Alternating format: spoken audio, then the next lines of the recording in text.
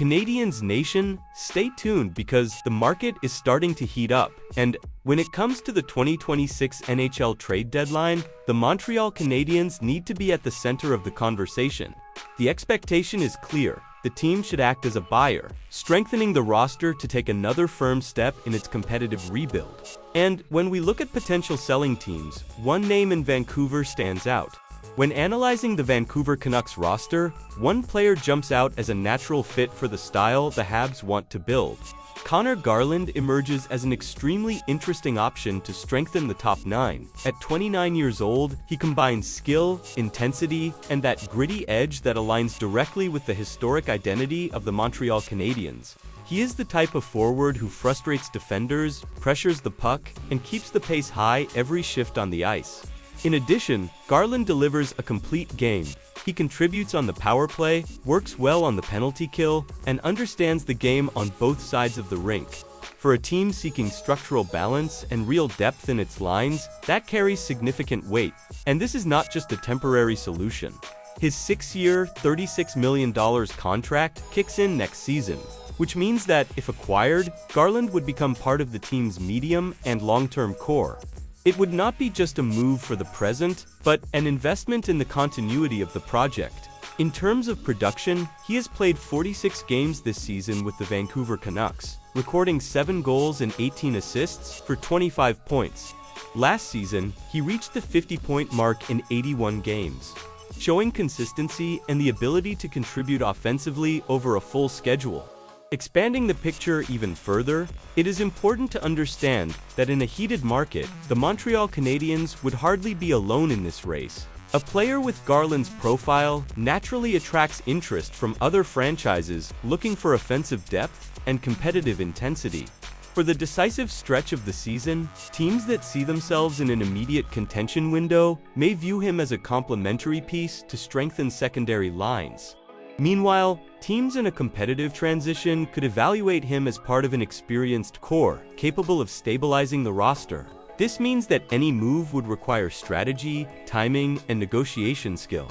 At a busy deadline, waiting too long can be costly, because when a name like this hits the league's radar, interest tends to spread quickly. Playing in Montreal is not like playing in any other NHL market. The city breathes hockey, the media follows every detail, and the fans demand maximum commitment every single night. For Conor Garland, that would mean performing under a constant spotlight. Every scoreless stretch becomes a debate, every mistake gains attention, and every big performance is celebrated the way it should be. It is an environment that tests mental maturity just as much as technical talent. At the same time, this is exactly the type of setting that separates good players from those who can elevate their level. In Montreal, pressure does not decrease, it shapes you. And those who turn that pressure into fuel quickly earn the respect of the entire Bell Center. If management decides to accelerate the process and add more competitiveness to the roster, names like this need to be carefully evaluated. The deadline is approaching, the market is moving, and the Montreal Canadiens have the opportunity to turn expectation into action.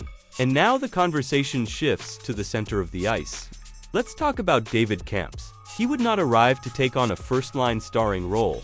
But on a competitive roster, every piece has its function, and that is exactly where he gains value. For the Montreal Canadiens, Kampf would represent qualified depth, something essential to handle the grind of the season and the physical matchups within the division. On the fourth line, he could provide stability, defensive responsibility, and reliable minutes in specific situations. His game away from the puck is disciplined, intelligent, and trustworthy, traits that help keep the team's structure intact. Another important point is in the face-off circle. With a 52.8% success rate this season, he brings consistency in an area that often decides tight games. Over 9 years in the NHL, he has had only one season below 50% on faceoffs, reinforcing his reliability in that aspect. From a financial standpoint, it is also a strategic move. With a $1.1 million cap hit for the remainder of the season, he is an affordable option. That gives the Canadiens room to strengthen their supporting lines without compromising future flexibility. On a roster looking to take firm steps toward full competitiveness, Names like Kampf may not grab headlines, but they are exactly the type of additions that sustain solid campaigns over the long run. The Montreal Canadiens emerge as a natural destination for David Kampf due to a clear structural fit. The team has been prioritizing tactical organization, responsibility without the puck, and balance between youth and experience. This environment values players who understand their role, execute the system, and maintain consistency shift after shift. In addition, Montreal offers him the opportunity to play in a context where his profile is needed, not merely complementary.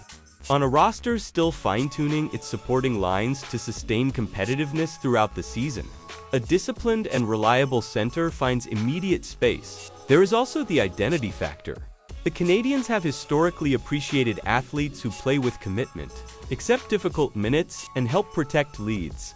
Within that culture, Kampf would have a favorable scenario to integrate quickly and deliver exactly what the team seeks in its depth lines. Moving forward, Kampf's evolution over the course of the season would likely be tied to confidence and rhythm within the system. The more comfortable he becomes with his line mates and assigned responsibilities, the more natural his impact on the details of the game will be. As the weeks go by, his defensive reads are expected to become even more synchronized with the collective structure, reducing mistakes and strengthening consistency in tight contests. In higher pressure situations, players with a disciplined profile often earn more ice time precisely because they project reliability. If he can maintain consistency in the small tasks and turn quiet minutes into steady efficiency, his presence should become increasingly relevant as the season moves toward decisive moments. Kampf's history in the NHL indicates that adaptation has never been a significant obstacle in his path. He has gone through different contexts, with changes in rosters, systems, and expectations, and has managed to maintain a stable level of performance. This type of consistency in varied environments shows a player who understands his role regardless of the jersey he wears. He does not rely exclusively on a specific structure to perform, which eases the transition when changing teams. In a new setting, the tendency is for him to quickly absorb technical guidance and find his place within the collective framework, something that is often decisive for athletes who build their careers on tactical discipline and game awareness. Following this analysis as a whole, what these potential moves represent for the Montreal Canadiens goes beyond individual names. It is a clear signal of direction. The team stops being merely patient in the rebuilding process and begins to act with strategic intent. Adding specific pieces for well-defined roles shows administrative maturity and an understanding of the competitive moment. It is not about making noise in the market, it is about fixing gaps, strengthening the foundation of the roster, and creating a group better prepared to face decisive games. These adjustments also change the internal standard of demand. When players arrive who are used to performing clear roles and fulfilling tactical responsibilities, the level of accountability naturally rises inside the locker room. Internal competition increases, the margin for complacency shrinks, and the group evolves as a result. In the bigger picture, moves like this indicate that the Canadiens want to turn potential into consistency.